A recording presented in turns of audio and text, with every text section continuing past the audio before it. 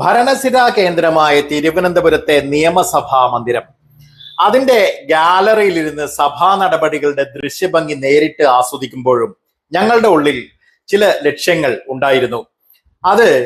അതിലൊന്ന് അട്ടപ്പാടിയുടെ ജീവനാഡിയായ താവളം, മുള്ളി, മഞ്ചൂർ, ഊട്ടി റോഡിലെ യാത്രാ വിലക്ക് നീക്കുക എന്നത് കൂടിയായിരുന്നു. പാസ് എടുത്ത് അകത്ത് കയറുമ്പോൾ നിയമസഭാ മന്ദിരത്തിലെ ഓഫീസുകളിൽ അഭൂതപൂർവമായ തിരക്കായിരുന്നെങ്കിലും സഭാ സമ്മേളനങ്ങളുടെ ഇടവേളകൾ കൃത്യമായി ഉപയോഗപ്പെടുത്തിക്കൊണ്ട് മന്ത്രിമാരെയും നേതാക്കളെയും ഒക്കെ കുറെയൊക്കെ നേരിട്ട് കണ്ട് ഞങ്ങളുടെ പ്രശ്നങ്ങൾ അവതരിപ്പിക്കാൻ ഞങ്ങൾക്ക് സാധിച്ചു എന്നുള്ളതാണ്. ഏറ്റവും എടുത്തു പറയേണ്ടത് VD സതീശൻ എന്ന നമ്മുടെ പ്രിയങ്കരനായ മുഖ്യമന്ത്രിയുമായിട്ടുള്ള കൂടിക്കാഴ്ചയായിരുന്നു. ഒത്തിരി സമയം അദ്ദേഹത്തിനൊപ്പം ചെലവഴിക്കാനൊന്നും ഞങ്ങൾക്ക് കഴിഞ്ഞില്ല. ഏതാനും ദൃശ്യങ്ങൾ ക്യാമറയിൽ പകർത്താനും ആ തിരക്കിനിടയിൽ ഞങ്ങൾക്ക് കഴിഞ്ഞു എന്നുള്ളതാണ് യാഥാർത്ഥ്യം. പക്ഷേ സംസാരിച്ച ആ 1-2 മിനിറ്റുകൾക്കുള്ളിൽ അദ്ദേഹത്തിന്റെ കണ്ണുകളിൽ കണ്ട ആ നിശ്ചയദാർഢ്യം, അത് മതിയായിരുന്നു ഞങ്ങൾക്ക്.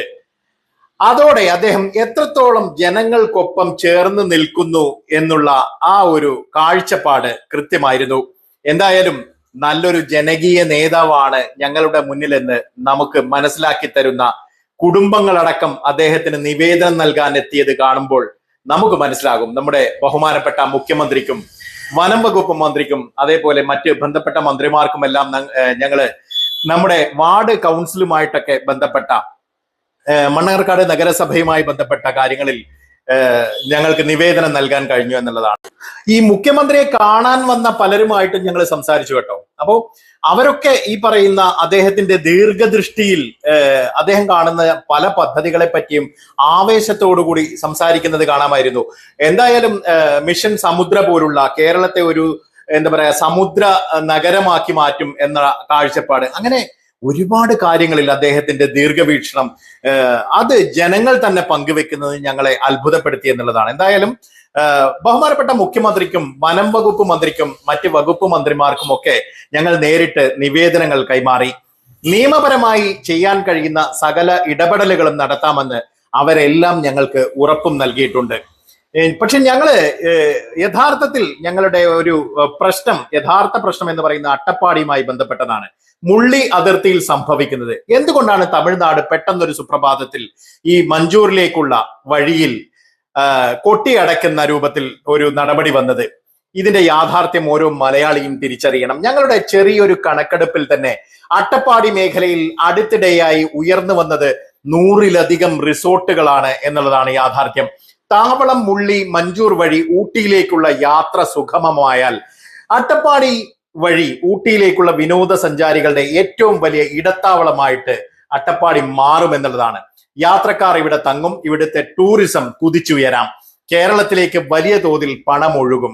ഇത് തമിഴ്നാട് കണ്ടുകൊണ്ട് നിൽക്കേണ്ടി വരും.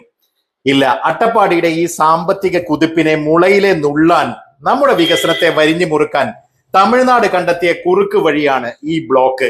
അതായത് താവളത്ത് നിന്ന് മഞ്ചൂരിലേക്കുള്ള മുള്ളി വഴിയുള്ള ചെക്ക് പോസ്റ്റിലെ ബ്ലോക്കേഡ്. എന്തായാലും ഇവിടെ ബാരിക്കേഡ് തീർക്കുമ്പോൾ അവർ യഥാർത്ഥത്തിൽ കൊട്ടിയടക്കുന്നത് അട്ടപ്പാടിയുടെ ഭാവിയാണ്. വിനോദസഞ്ചാരികൾ കേരളത്തിൽ തങ്ങി പണം ചെലവാക്കുന്നത് തടയാനും ആ വരുമാനം മുഴുവൻ തമിഴ്നാട്ടിലേക്ക് തന്നെ കൊണ്ടുപോകാനുമുള്ള തികച്ചും സ്വാർത്ഥവും ആസൂത്രിതവുമായ അജണ്ടയാണ് ഇതിന് പിന്നിലുള്ളതെന്ന് തീർച്ചയായും സംശയിക്കാം. ഇത് കേവലം ഒരു റോഡ് അടക്കലല്ല, മറിച്ച് അട്ടപ്പാടിയുടെ കഴുത്തിൽ തമിഴ്നാട് മുറുക്കുന്ന സാമ്പത്തിക കുരുക്കാണ്. ഒരു സംശയവും വേണ്ട. പക്ഷേ ഈ അനീതിക്ക് മുന്നിൽ മുട്ടുമടക്കാൻ നമ്മൾ തയ്യാറല്ല. VD സതീശനെ പോലുള്ള ഇച്ഛാശക്തിയുള്ള നമ്മുടെ നേതാക്കളെ കൃത്യമായി നമുക്ക് ഈ ഒരു കാര്യത്തിലേക്ക് അവരുടെ ശ്രദ്ധ കൊണ്ടുവരേണ്ടതുണ്ട്. നിയമപരമായ ഇടപെടലുകളിലൂടെ ഈ പ്രതിസന്ധിയെ നമ്മൾ മറികടക്കുക തന്നെ ചെയ്യും. അട്ടപ്പാടിയുടെ വഴിമുടക്കുന്ന ലോബികൾക്ക് മുന്നിൽ കേരളം തോറ്റു കൊടുക്കില്ല എന്ന ഉറപ്പോടെയാണ് ഞങ്ങൾ തിരുവനന്തപുരത്ത് നിന്നും മടങ്ങുന്നത്. ഈ വിഷയത്തിലെ തുടർ വാർത്തകളുമായി നടപടികളുമായിട്ട് നമുക്ക് വീണ്ടും കാണേണ്ടി വരും. അതുവരെ നന്ദി, നമസ്കാരം.